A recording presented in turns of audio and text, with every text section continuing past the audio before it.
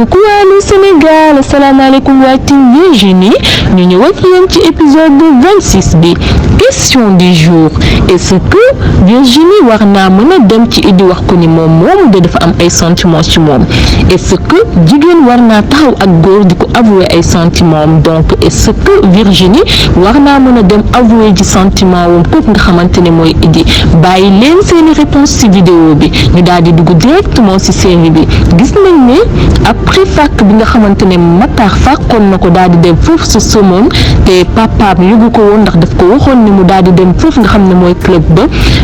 Toch daal dina jël initiative am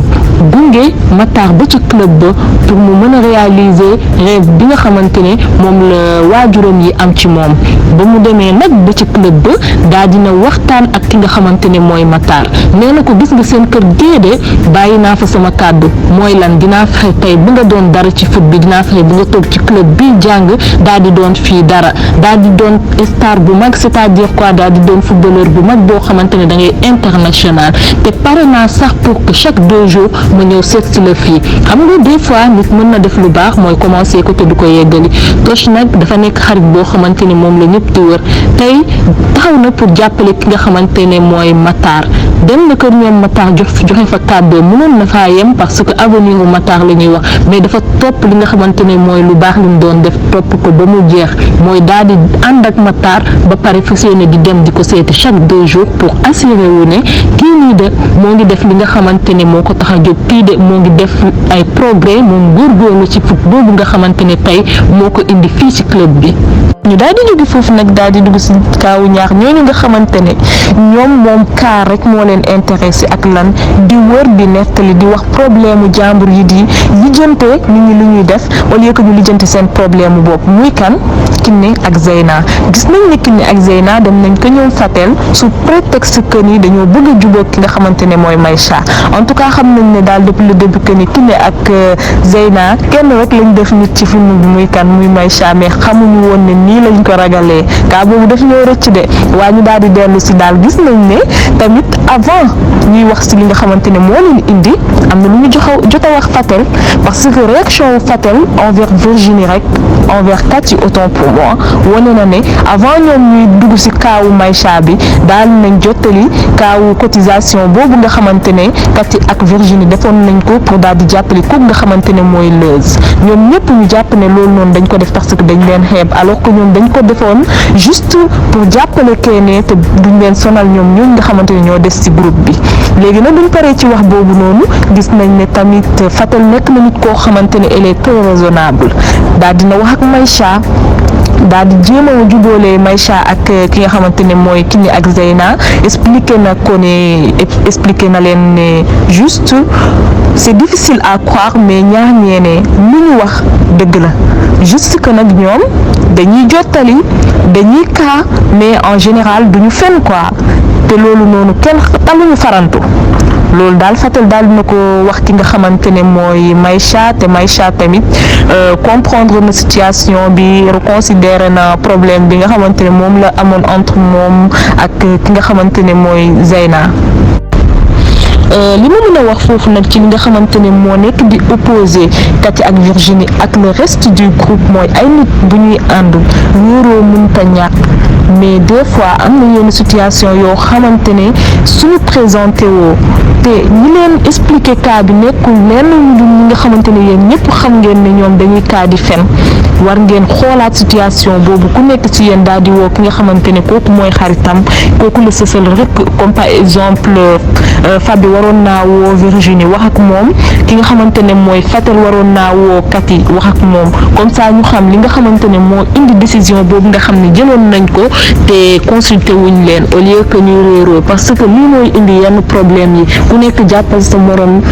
ay yoo xamante ne mooy loolu noonu alors que c'est pas ça réeroo rek moo fa nekk. Donc à votre avis ñoom dañoo war a discuter toog daal di waxtaan wala dañoo war a continuer li nga xamante ne mooy Zeyna ak Kiné di leen jaxase di am li nga xamante ne mooy accès ci seen diggante. arrivé wu Idy nag ñoom Faby bett nañu bettuñu parce que gis nañ ni ñaari seytaane yooyu nga xamante ne kaa rek moo leen intéressé dem nañ ko ñoom Idy daal di ko wax ni ki nga xamante ne mooy Virginie dafa daal di am ay sentiments ci moom léegi naturellement nag on peut comprendre que ni Idy kenn la xamal ki nga xamante ne mooy Virginie muy Faby xam na ne Faby mooy xaritu Virginie benn xarit la Virginie am muy Faby benn confident la Virginie am muy Faby donc bu jaaxlee vu que ñoom ñaar ñëpp ay xaritam lañ bu jaaxlee naturellement ci Faby la jëm donc ñëw na daal di seet si ki nga xamante ne mooy Faby ba mu ñëwee nag posé na ko question bi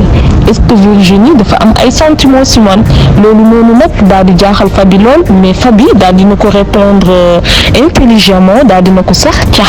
ne ko bu nekkee ñaar ñooñu dañoo la ko wax dañuy kaade dañuy nettali de dañuy dugg ci problème mu jaamoo mais luñ nga wax suba ba si ngoon takkee ko téere c'est-à-dire li ma doon wax recommencé na ñoom dañuy wax ni dañuy wax di dem di wax problème mu jàmbur mais duñu fen donc en quelque sorte confirmé na Idy que ni ki nga xamante ne mooy xaritam di Virginie dafa am ay sentiments ci moom ba pare nag yokkal nag si loo xamante ne moi je m'y attendais pas parce que mere na Virginie lool mais taxul mu hypocrite comme ni ko Virginie waxee taxul mu hypocrite parce que nee na ko Virginie nit ku baax la elle est formidable elle n'a jamais eu de copain juste c'est la raison pour laquelle du mës a def premier pas donc est-ce que loolu nga xamante ne moom la Faby wax Idy dina may Idy courage mu dem affronter ki nga xamante ne mooy Virginie boo leen nekkoon xaritu Virginie lan ngeen di ko conseiller mu daal di téye ci position wam continuer di nëbb ki nga xamante ne mooy Idy sentiment wam wala mu affronter dëgg bi daal di avouer li nga xamante ne mooy sentiment yi mu am ci Idy maintenant bu ñu fàttali aussi que ni Idy ki mu nag mooy Cathy nëbbul Virginie situation bi nga xamante ne nag moom la Cathy Virginie Idy ak Toch nekk mooy kii dafa nopp kii nopp kee nopp kee donc ça arrive dans ce genre de cas nag il n'est pas facile de gérer donc il faut tout prendre avec diplomatie comme ni ñu koy waxee essayer honnête fexe ba kenn du daal di blessé kenn ñu daal di pare foofu noonu nag gis nañ ne c'est la fin des vacances Cathy ak Virginie daal di nañ programmer génn woo nañ seen xarit yi le reste du groupe mais ñoom vu que dañoo mer d'après li nga xamante ne jot naa xew ba Zeyna ak Kiné demee jaxasi seen xel énervé nañ tellement que accepté wuñu li nga xamante ne mooy invitation bi donc ba ñee demee gis nañ ne kenn nanguwul ñëw donc ku nekk ci ñoom ñaar pare na pour daal di discuter ak ki nga xamante ne mooy xaritam pour xam li nga xam ne moo xew loolu nekk loo xamante ne noonu la Fatel ak Faby waroon a réagir dès le début parce que Virginie ak Cathy au moins ñoom am nañ xelu ne xam nañ ne lii moom c'est anormal après daal nañ dem waxtaan ak ñoom ñooñu nag noonu la ñu waroon def ñëw waxtaan ak seen xarit daal di poser question lan moo waral li nga xamante ne moom ngeen def da ngeen ñoo xeeb wala da ngeen ko doon def juste pour bañ ñoo sonal léegi nag malgré que ñee ñëwuñu décider nañ dem jouer profiter ci journée bi donc bàyyi leen seeni commentaire ci vidéo bi pour yéen ñi nga xamante ne nag da ngeen am seeni argument seeni commentaire yoo xamante da ngeen ko bëgg a def personnellement concernant film bi jël leen numéro bi nga xamante ne moo nekk ci écran bi def seen vidéo wala ngeen def seen vocal daal di ko fa envoyer pour yéen ñi nga xam ne da ngeen di doog a ñëw nag daal di leen abonné wu appuyer ci cloche de notification bi pour que bépp vidéo bu ñu dugalati ngeen daal di ko gis merci à bientôt.